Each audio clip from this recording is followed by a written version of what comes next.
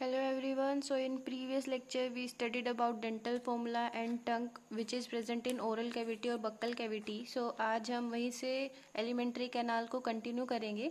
Oral cavity leads into pharynx which serves as a common passage for food and air. So oral cavity के बाद pharynx आता है elementary canal में जो एक common passage की तरह serve करता है for food and air.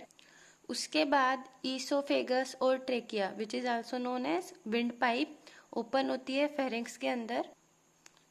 Pharynx में फिर उसके बाद आता है epiglottis which is a flap like structure जो प्रिवेंट करता है एंट्री को फूड की into glottis opening of wind pipe during swallowing.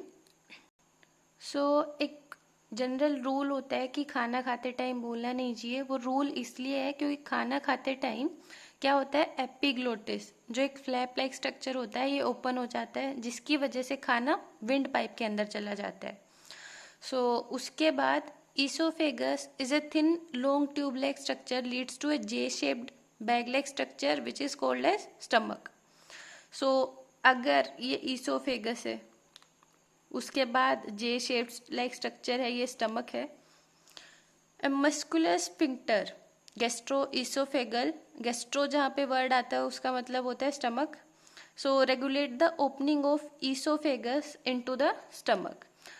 सो यहाँ पे दिस रीजन में क्या होगा कि मसल्स प्रेजेंट होगी जो कॉन्ट्रैक्ट करती हैं जिसकी वजह से स्पेस कम होता है और ईसोफेगस से जो फूड है वो पेरिस्टल्टिक मूवमेंट करके स्टमक में आता है. सो ये रीजन अलाउ करता है कि जो फूड है वो एंटर करे स्टमक के अंदर. सो यहाँ पे ये स्फिंक्टर कंट्रोल करेगा जो फूड की आगे एंट्री होगी स्टमक के अंदर जो लोकेशन है उसको. सो उसके बाद आता है stomach located into the upper left portion of abdominal cavity. It has 3 major parts. First one is cardiac portion जो ईसोफेगस के जहाँ पे ईसोफेगस ओपन होती है वहाँ पे एक स्टमक का कार्डियक पोर्शन प्रेजेंट होता है. उसके बाद आता है fundic region and pyloric portion. Pyloric portion end portion होता है स्टमक का जहाँ पे ये ओपन होता है स्मॉल इंटेस्टाइन के अंदर. सो स्टमक का जो स्ट्रक्चर होगा जे शेप स्ट्रक्चर होगा.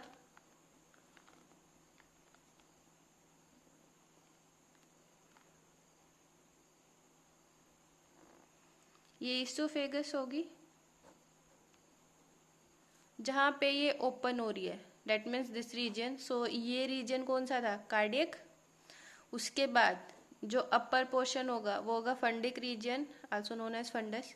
सो यहाँ पे जहाँ पे स्मॉल इंटेस्टाइन के अंदर एंट्री हो रही है so this portion is known as pyloric region of stomach. उसके बाद small intestine is distinguishable into 3 regions. So small intestine भी 3 पार्ट्स में डिवाइड होती है.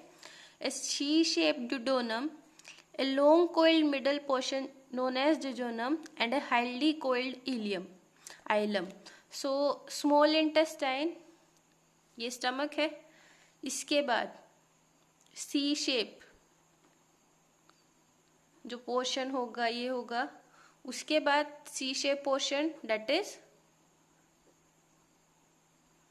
उसके बाद एक लॉन्ग कोइल्ड मिडल पोर्शन होगा जिसे हम क्या बोल रहे हैं जुजोनम. सो अब यहाँ से लॉन्ग कोइल्ड पोर्शन स्टार्ट होगा.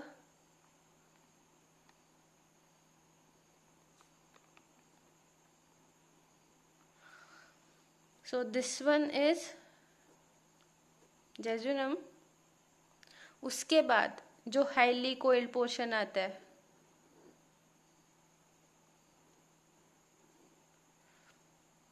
that one is ileum. So the opening of stomach into the first part of small intestine is guarded by pyloric sphincter. So यहाँ पे भी sphincter present होगा. इसमें भी मसल्स कंट्रोल करेंगी जो स्टमक की ओपनिंग है जिससे फूड ट्रेवल करता है स्मॉल इंटेस्टाइन के अंदर. सो पाइलोरिक स्फिंक्टर प्रेजेंट होगा यहाँ पे.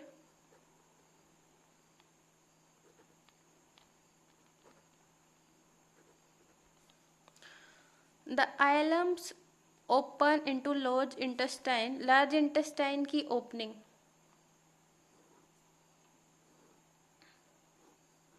सो जो लास्ट पोर्शन है वो ओपन होगा. It consist of caecum, colon and rectum. So जो लार्ज इंटेस्टाइन है वो भी 3 पार्ट्स में डिवाइड है. Caecum is a small blind sac like structure which host करता है symbiotic microorganism. Symbiotic association क्या होती है? जिसमें जो होस्ट है उसकी बॉडी को कोई नुकसान नहीं होता और जो माइक्रो ऑर्गेनिज्म है उसको भी कोई नुकसान नहीं होता. माइक्रो ऑर्गेनिज्म को यहाँ पे क्या मिलता है? प्लेस मिलता है रहने के लिए. और ये क्या करता है? कुछ एंजाइम्स को रिलीज करता है जिसकी वजह से डाइजेशन में हेल्प मिलती है. सो दोनों को बेनिफिट हो रहा है, host that is human being और माइक्रो ऑर्गेनिज्म रह रहा है उसको भी. जो सीकम है वहां से एक वर्मीफॉर्म वर्मीफॉर्म, क्योंकि वोम लाइक स्ट्रक्चर होता है इसलिए इसको वर्मीफॉर्म अपेंडिक्स बोलते हैं, विच इज अ वेस्टिजियल ऑर्गन. ये सिक्कम के जो एंड पोर्शन होगा वहां पे अराइज होता है. उसके बाद सिक्कम ओपन होगा कोलन के अंदर. Colon is divided into 3 parts. An ascending part जो फर्स्ट पोर्शन है, ट्रांसवर्स जो बीच वाला पोर्शन है, and a descending part. So descending portion open into rectum which opens through the anus. जो डिसेंडिंग पोर्शन होगा वो ओपन होता है रेक्टम के अंदर, which opens through the anus. So इसके लिए जो स्ट्रक्चर है, एनसीईआरटी की बुक है chapter number 16 and page number present होगा 258. डायग्राम फर्स्ट सी डायग्राम है उसमें. So 16 point diagram which is a human digestive system diagram. So उसमें आप ये देख सकते हो जो पोर्शन है हमने जो स्टडी किए हैं, जो स्टमक के 3 पोर्शन है, स्मॉल इंटेस्टाइन के हैं, ऐसे ही जो लार्ज इंटेस्टाइन के हैं. सो ये पोर्शंस अवेलेबल है वहाँ पे.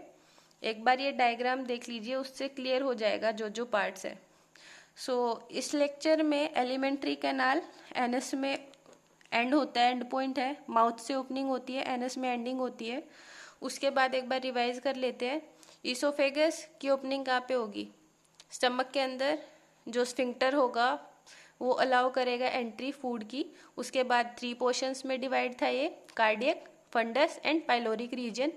फिर पाइलोरिक स्फिंक्टर अलाउ करता है entry of food from stomach into small intestine. So C shapes जो रीजन होगा वो होगा ड्यूडेनम. उसके बाद कोइल्ड रीजन प्रेजेंट होगा jejunum and highly coiled region which is ileum. So ileum के बाद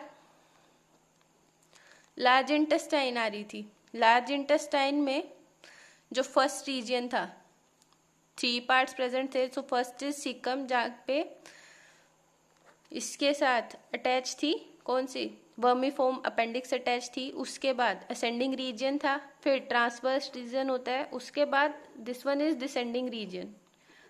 ट्रांसफर बीच वाला, डिसेंडिंग एंड असेंडिंग रीजन. उसके बाद जहां पे इसकी ओपनिंग हो रही है, दिस वन इज रेक्टम जो टेम्पररी वेस्ट मटेरियल को स्टोर करके रखता है. एनस जहाँ से वेस्ट मटेरियल बॉडी से पास्ड आउट हो जाता है. सो ये था एलिमेंट्री कैनाल का स्ट्रक्चर अब तक. नेक्स्ट लेक्चर में हम पढ़ेंगे जो एसोसिएटेड ग्लैंड्स होती है. Associated glands which is liver and pancreas जो रोल प्ले करती है डाइजेशन में. So that's all for today. Thank you.